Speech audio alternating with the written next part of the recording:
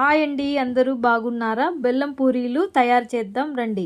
బెల్లం పూరీలకు కావలసిన పదార్థాలు: కప్పు బెల్లం, గసగసాలు, గోడంబి, తురిమి పెట్టుకున్న కొబ్బరి, కప్పు గోధుమ పిండి, అరకప్పు మైదా పిండి.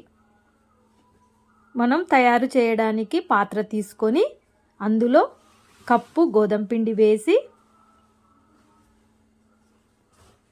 అరకప్పు మైదా పిండి వేసి కాస్త ఉప్పు,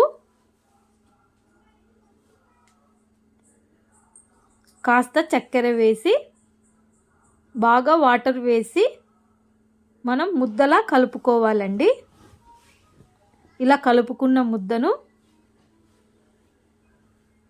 ఒక 15 నిమిషాలు మూత పెట్టి పక్కకి పెట్టాలి. మనం ప్రాసెస్లోకి వస్తే ప్యాన్ పెట్టి కప్పు బెల్లం వేసి కప్పు బెల్లంకి కప్పు వాటర్ వేయాలండి.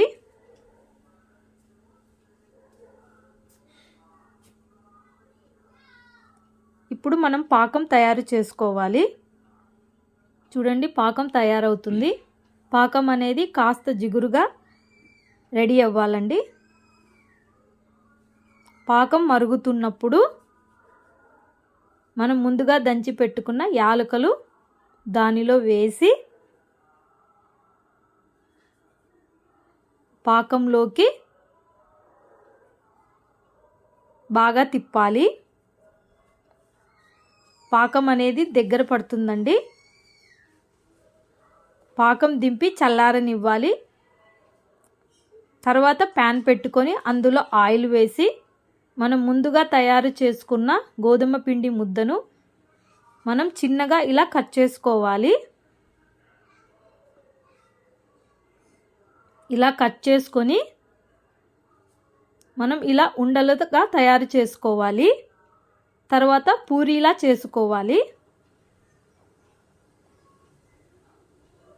ఆయిల్ హీట్ అయిందండి. ఇప్పుడు మనం పూరీలను రోస్ట్గా కాకుండా కాస్త దోరగా వేయించుకోవాలండి.